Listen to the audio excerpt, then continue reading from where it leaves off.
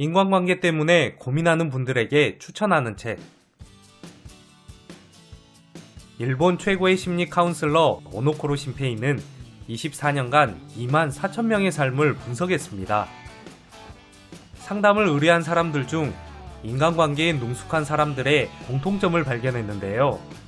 그 비결은 바로 사람과 사람 사이에 탁월한 거리 조절에 있었습니다. 인간관계에는 나와 타인 사이에 눈에 보이지 않는 경계선이 있다고 합니다. 예컨대 여기서부터 여기까지는 내 영역, 저기서부터 저기까지는 상대 영역으로 구분하는 겁니다. 그 경계선을 심리학 용어로 바운더리라고 부르는데요. 인간관계에 능숙한 사람들은 그 영역을 현명하게 지켜가면서 사람들을 끌어들인다고 합니다. 오늘은 도서 관계의 품격을 통해 그 비법의 일부를 소개합니다. 현명한 인간관계를 유지하는 5가지 비결. 1. 선택적 단호함을 보여준다. 가족이나 친구처럼 자신과 너무 가까이 지내다 보면 자칫 함부로 대하는 상황이 생깁니다. 이때 늘 같은 태도와 반응으로 상대와의 관계를 바꿀 수 없습니다. 이를 해결하기 위해서는 일종의 작전이 필요합니다.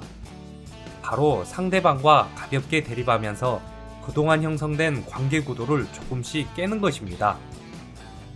예컨대 여길 건드리면 화낼 거야. 기억해둬. 이렇게 예측 불가능한 타이밍에 불편함을 내세가는 것입니다. 관성처럼 굳어진 관계는 한 번에 바꾸기는 어렵습니다. 서서히 시간을 가지고 불편한 곳을 건드릴 때마다 경계선을 인식시키며 반드시 짚고 넘어가시기 바랍니다. 2. 스마트한 결정력으로 주도권을 준다. 인간관계로 고민하는 사람들은 대체로 누군가에게 결정권을 빼앗긴 경우가 많습니다. 큰일뿐만 아니라 일상 속 자잘한 결정조차 상대방에게 주도권을 빼앗긴 경우입니다. 결정권이 없다는 것은 스스로 무언가를 결정하는 데 따르는 리스크를 누군가에게 떠넘겨온 결과라고 할 수 있습니다.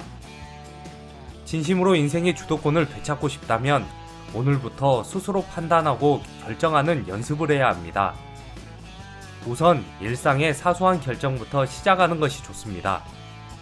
예컨대 가족이나 친구와 만날 일이 생기면 시간과 장소를 먼저 제안하고 점심을 먹으러 갈 때 메뉴 선택도 직접 해봅니다. 단 주위 의견을 무시하고 독단적으로 자기 의견을 내세우는 사람으로 보여서는 안 됩니다.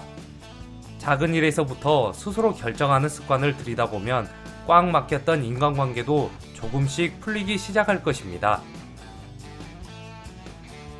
3. 자기 연출력이 뛰어나다. 누군가를 처음 만날 때에는 자신의 원래 모습에서 30% 정도 부풀려서 연출하는 것이 좋습니다. 연출이라는 말에 조금은 거부감이 들지도 모르지만 매력적인 사람들은 이러한 자기 연출을 통해 사람들을 끌어당깁니다.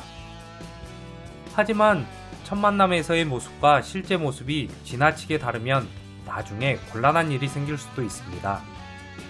너무 가식적인 연출보다는 평소 자신의 모습의 1.3배를 목표로 가능한 범위에서 자신을 돋보이게 연출해보는 것이 좋습니다.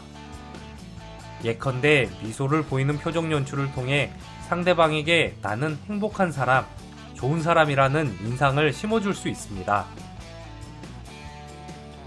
4. 은근한 신비주의를 유지한다. 처음 만난 사람들과 대화할 때 구태여 자신의 모든 것을 다 드러낼 필요는 없습니다. 오히려 의도적으로 궁금한 부분을 남겨두는 것이 좋습니다. 현재 상대방이 요구하는 사항에 관해서만 적절히 대답하고 요구하지 않는 부분은 하나하나 말하지 말라는 의미입니다.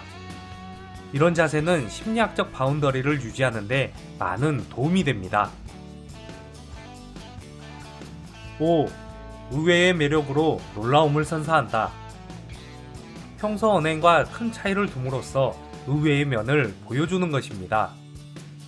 이는 여러분을 굉장히 특별하고 똑똑한 사람일 것 같다는 분위기를 만드는 효과가 있습니다. 사생활은 베일에 쌓여 있으면서 특정 분야에 관해서는 전문적으로 유창하게 말하는 사람들은 이런 우회성의 효과를 제대로 써먹으면서 사람들을 끌어당깁니다. 본 동영상은 책 관계의 품격을 참고하여 제작하였습니다. 감사합니다. 부골님이었습니다.